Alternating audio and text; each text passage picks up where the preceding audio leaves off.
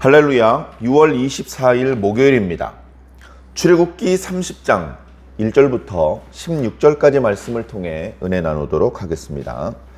너는 분향할 제단을 만들지니 곧 조각목으로 만들되 길이가 한 규빗, 너비가 한 규빗으로 네모가 반듯하게 하고 높이는 2규빗으로 하며 그 뿔을 그것과 이어지게 하고 제단 상면과 전후 좌우면과 뿔을 순금으로 싸고 주위에 금태를 둘을 찌며 금태 아래 양쪽에 금고리 둘을 만들되 곧 그 양쪽에 만들지니 이는 제단을 매는 채를 꿰을 곳이며 그 채를 조각목으로 만들고 금으로 싸고 그 제단을 증거궤 위 속죄소 맞은편 곧 증거궤 앞에 있는 휘장 밖에 두라.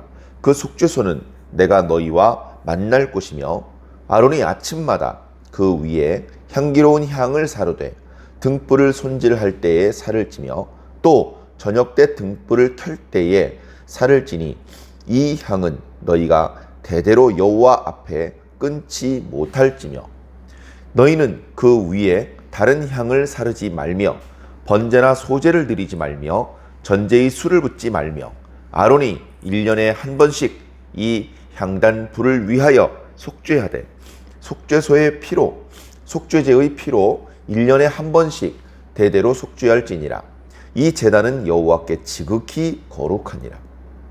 여호와께서 모세에게 말씀하여 이르시되 네가 이스라엘 자손의 수요를 조사할 때에 조사받은 각 사람은 그들을 계수할 때에 자기의 생명의 속전을 여호와께 드릴지니 이는 그것을 계수할 때에 그들 중에 질병이 없게 하려 함이라. 무릇 계수 중에 드는 자마다 성소의 세겔로 반세겔을 낼지니 한 세겔은 20게라라. 그 반세겔을 여호와께 드릴지며 계수 중에 드는 모든 자 곧 20살 이상 된 자가 여호와께 드리되 너희의 생명을 대속하기 위하여 여호와께 드릴 때에 부자라고 반세겔에서 더 내지 말고 가난한 자라고 덜 내지 말며 너는 이스라엘 자손에게서 속전을 취하여 회막 봉사에 쓰라. 이것이 여호와 앞에서 이스라엘 자손의 기념이 되어서 너희의 생명을 대속하리라. 아멘. 감사합니다. 이제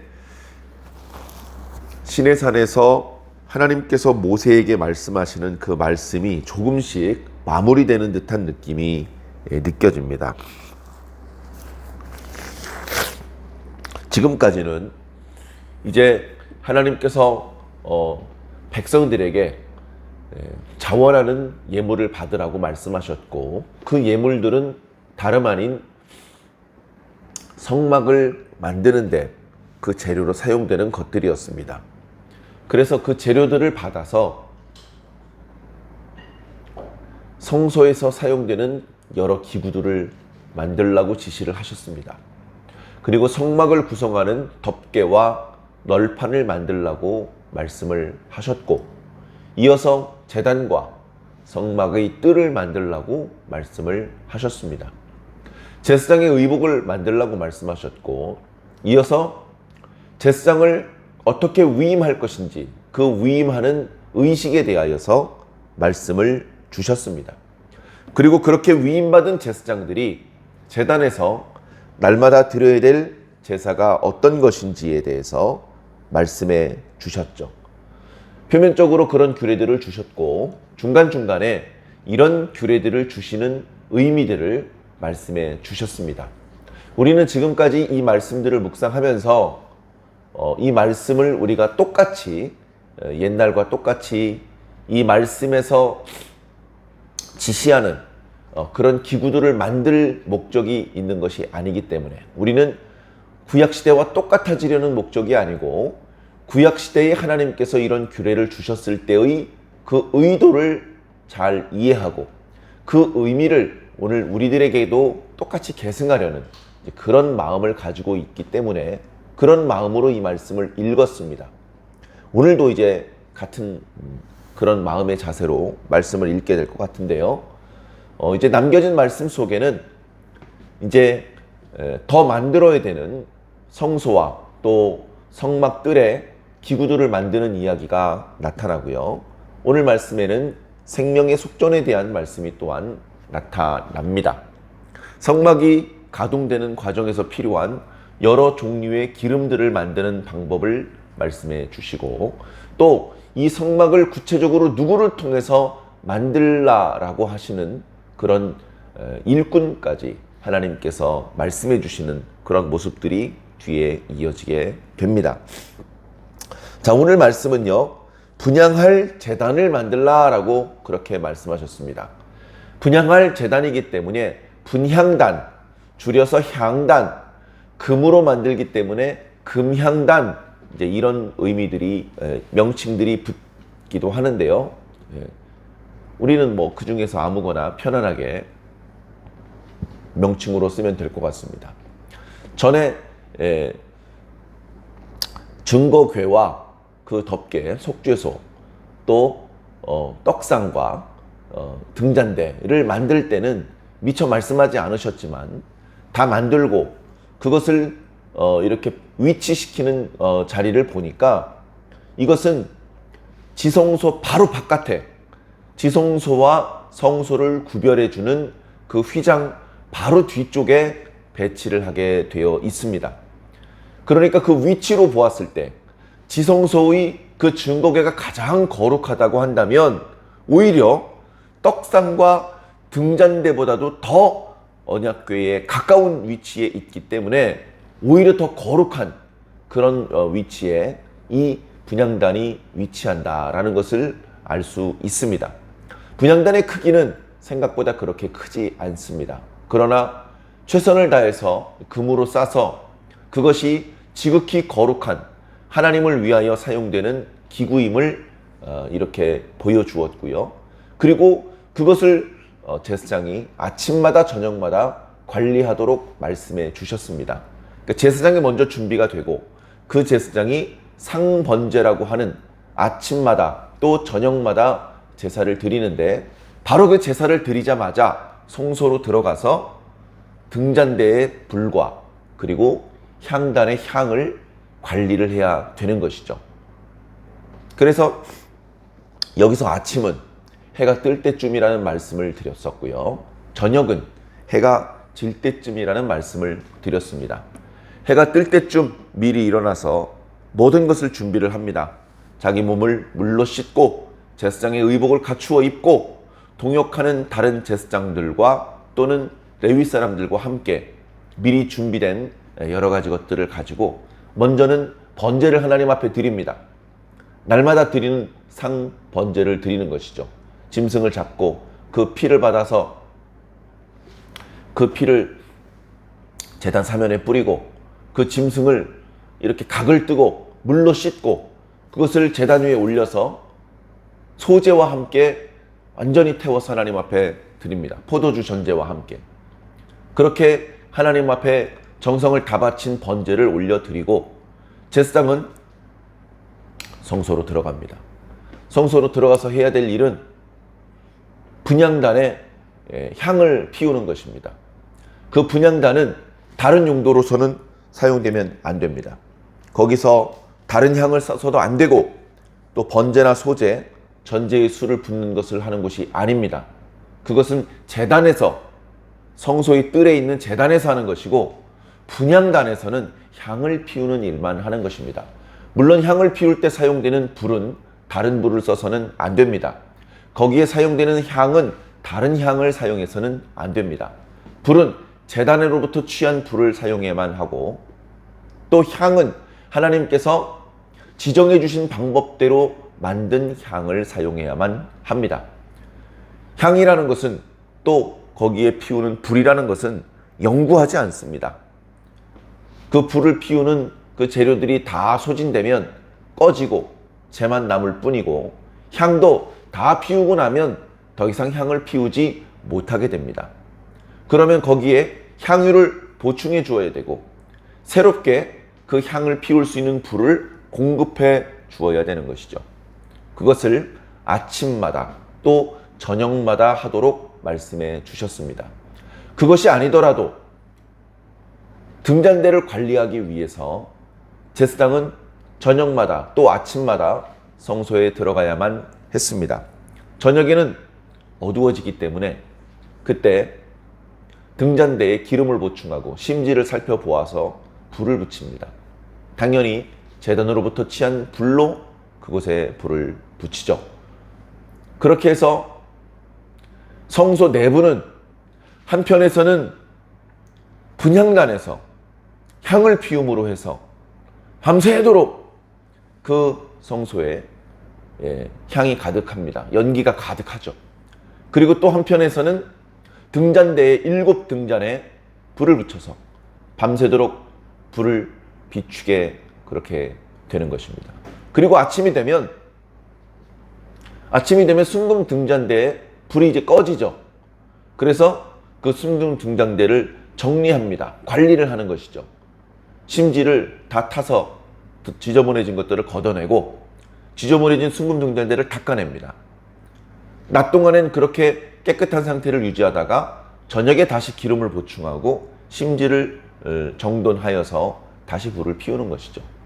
그런데 분향단은 낮에도 또 불을 보충하고 향유를 보충해서 또 향을 피웁니다. 그래 낮에도 분향단에서는 향이 피어 올라야 하고 그것이 이제 무슨 따로 환기구가 있는 것이 아니기 때문에 그곳으로부터 향과 연기가 피어오릅니다. 그러니까 그 안으로 들어가면 강한 향이 꽉 그 성소와 지성소를 채우고 있을 것이고 거기서 피어오른 연기 때문에 어찌 보면 자욱할 것입니다. 그것이 제사장의 몸에 해롭지 않도록 하나님께서 질 좋은 향유를 만들도록 그렇게 말씀을 하셨는데요. 그것이 상징하는 의미도 결코 가볍지 않습니다. 향단의 향은 전통적으로 크게 두 가지 의미를 가지고 있습니다. 첫 번째는 기도의 의미를 가지고 있습니다. 성도들이 하나님께 기도합니다. 그 기도가 하나님께 올라갑니다. 그것을 요한계시록에서는 천사들이 향단의 금대접에 향을 가득히 담아서 그것을 가지고 날아서 하나님 보좌 앞으로 가지고 올라가더라.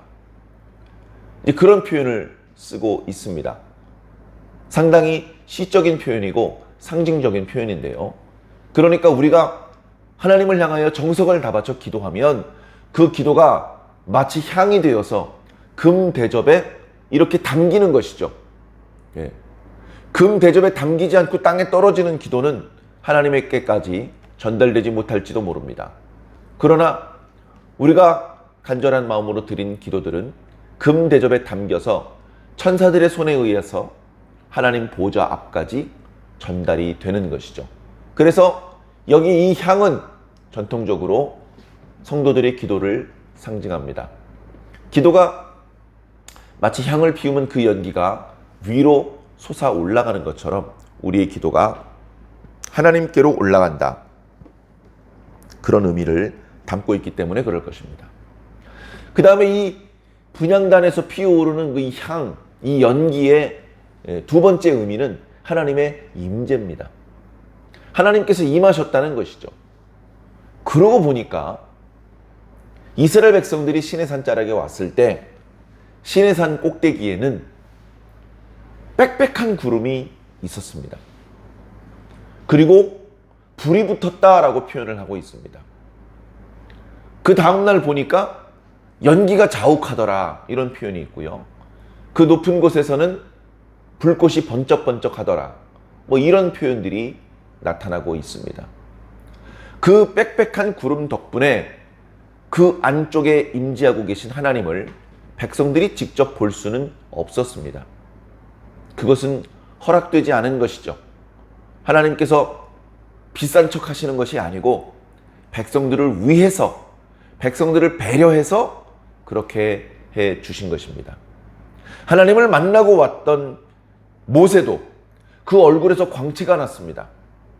모세 한 사람의 얼굴에서 광채가 나는 것조차 이스라엘 백성들은 감당하지 못하여서 모세는 그 얼굴에 수건을 칭칭 감아야만 했습니다. 모세의 얼굴에서 빛나는 빛도 감당하지 못했거늘 하나님의 얼굴에서 직접 빛나는 그 빛을 하나님의 백성들이 어떻게 감당할 수 있겠습니까?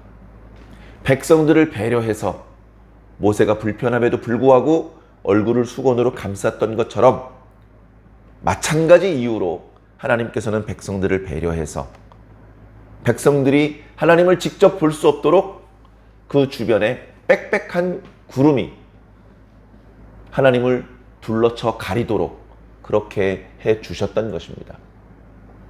그 시내산을 둘러쳤던 빽빽한 구름, 그 연기가 이제 성소에서 분향단에서 피어오르는 그 향 연기로 가득하게 그렇게 하는 것입니다.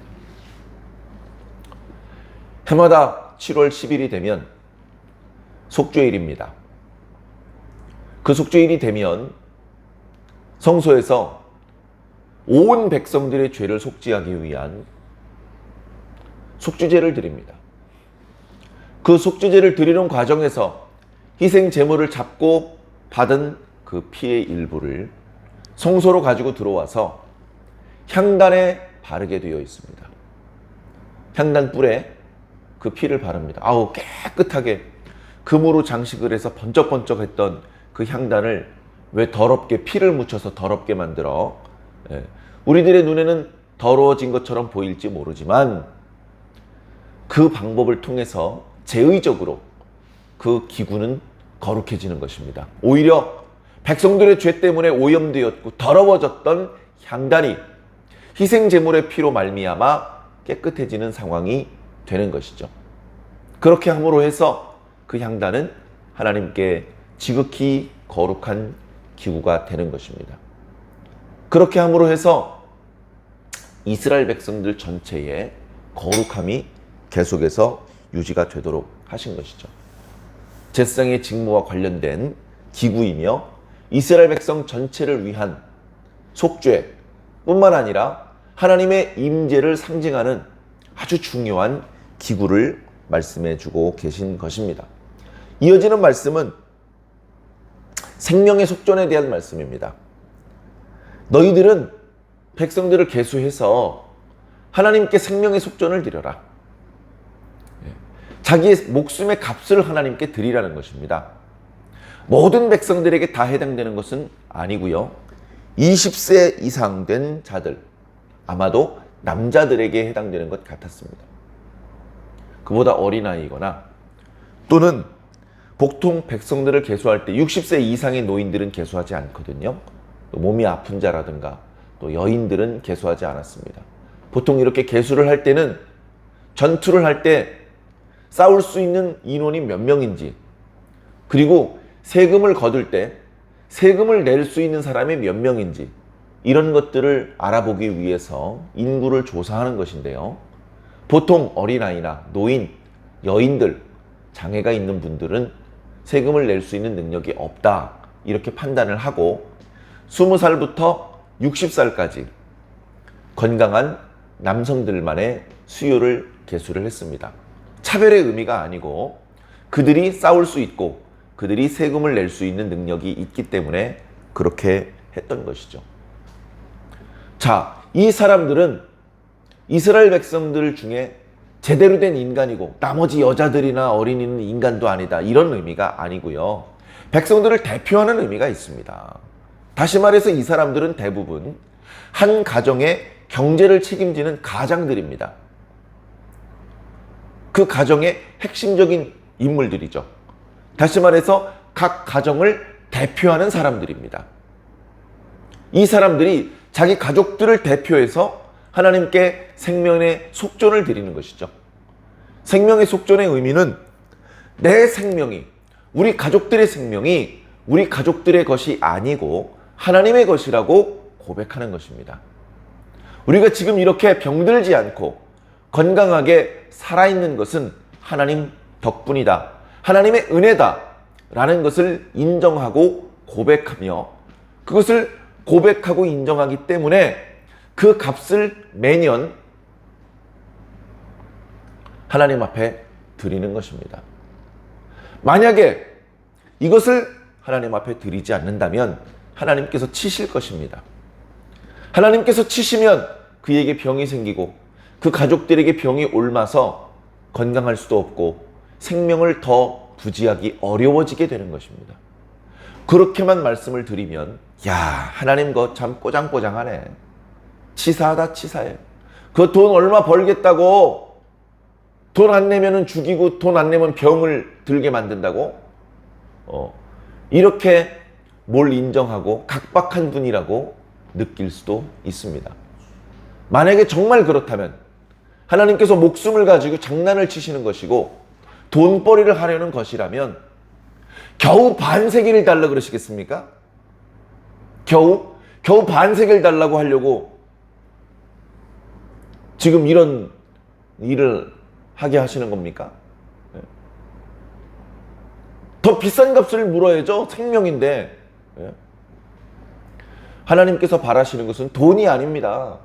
큰 규모의 금액이 아닙니다. 하나님께서 바라시는 것은 이스라엘 백성들이 지금 이렇게 살아있는 것이 하나님의 은혜라는 것을 스스로 깨닫고 느끼고 기억하고 그것을 인정하고 감사하면서 이 생명을 하나님의 뜻대로 사용하기를 바라시는 그런 마음이 담겨 있는 것이죠. 그래서 생명의 속전에 대해서는 무거운 금액을 매기지 않으셨습니다. 성전의 세겔로 반세겔이라고 하면요, 여러분, 우리 반지를 만들지도 못할 정도의 아주 작은 분량밖에 안 되는 겁니다. 그것도 매일같이 내는 것도 아니고 1년에 한 번 하나님 앞에 생명의 속전을 드리는 것인데 모든 사람이 아니고 각 가정의 대표, 가장들만 20살부터 60살까지 남자들만 내는 것인데 그것이 과하다, 너무 부담스럽다, 그렇게 말할 수 없는 것이죠. 그렇기 때문에 뒤에 보면 부자라고 해서 더 내지 말고 가난하다고 해서 조금 내지 말아라. 모두 다 똑같이 내야 된다. 왜 그렇습니까?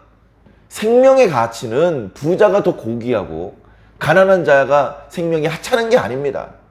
생명의 가치는 모든 사람에게 동등하기 때문에 그렇습니다.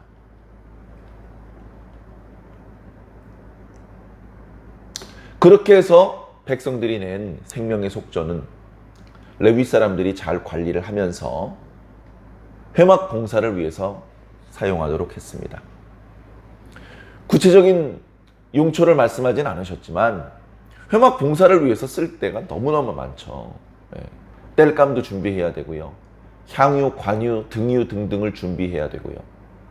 제사장의 의복도 수선해야 되고 성막도 밧줄이 끊어지면 새 밧줄을 써야 되고 그렇게 계속해서 보수해서 이 성막이 계속해서 하나님 앞에 제사를 드리고 이스라엘 백성들과 하나님과의 언약관계를 지속할 수 있는 그 기능과 역할을 중단 없이 수행해야 되기 때문에 계속해서 그것들을 관리해 나가야 되지 않으면 안 되었던 것입니다.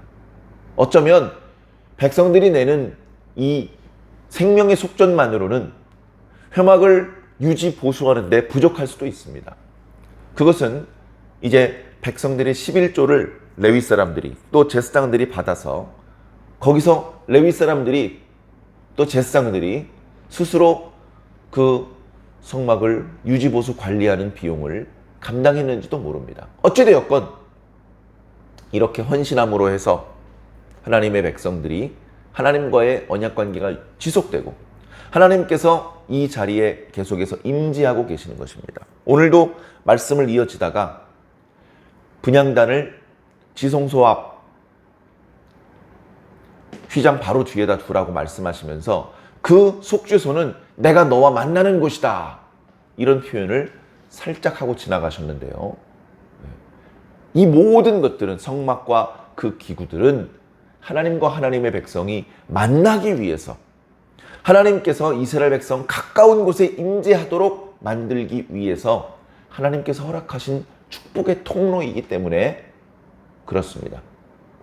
계속되는 하나님의 규례의 말씀을 통해서 오늘 우리들도 하나님을 우리가 만나야 되는구나, 우리가 그 말씀을 들어야 되는구나, 한 번 만나고 쭉 지속되는 게 아니고 어제 만났어도 오늘 또 만나야 되는구나, 아침에 만났어도 저녁에 또 만나야 되는구나 라는 것을 깨달아 주시기를 부탁을 드립니다. 하나님 이리 오라 저리 오라 하지 마시고요. 우리가 하나님께 나아가야 됩니다. 하나님은 물체가 아니시기 때문에 마치 과거에 우상을 섬기는 사람들이 휴대가 간편하게 종이컵 정도 크기의 우상을 만들고 휴대하고 다녔는데 장난이죠. 진정한 신앙의 모습이 아닙니다. 우리는 하나님을 물건 취급하지 않습니다. 내가 어느 곳에 있든지 내 마음을 가다듬고 하나님의 말씀을 묵상하면서 하나님께 기도하는 자리가 바로 하나님을 만나는 자리이며 하나님을 섬기는 예배의 장소가 될 것입니다. 사랑하는 성도 여러분, 오늘도 그렇게 주님의 말씀을 떠올리시며 주님과 동행하시기를 부탁을 드립니다. 오늘도 그냥 공치고 넘어가지 마시고 꼭 주님을 만나시는 하루가 되기를 간절히 바랍니다. 그래서 하나님의 언약 백성으로서의 모든 권세를 누리면서 하나님의 보호를 받고 하나님의 축복을 누리게 되시기를 주님 이름으로 간절히 축원합니다.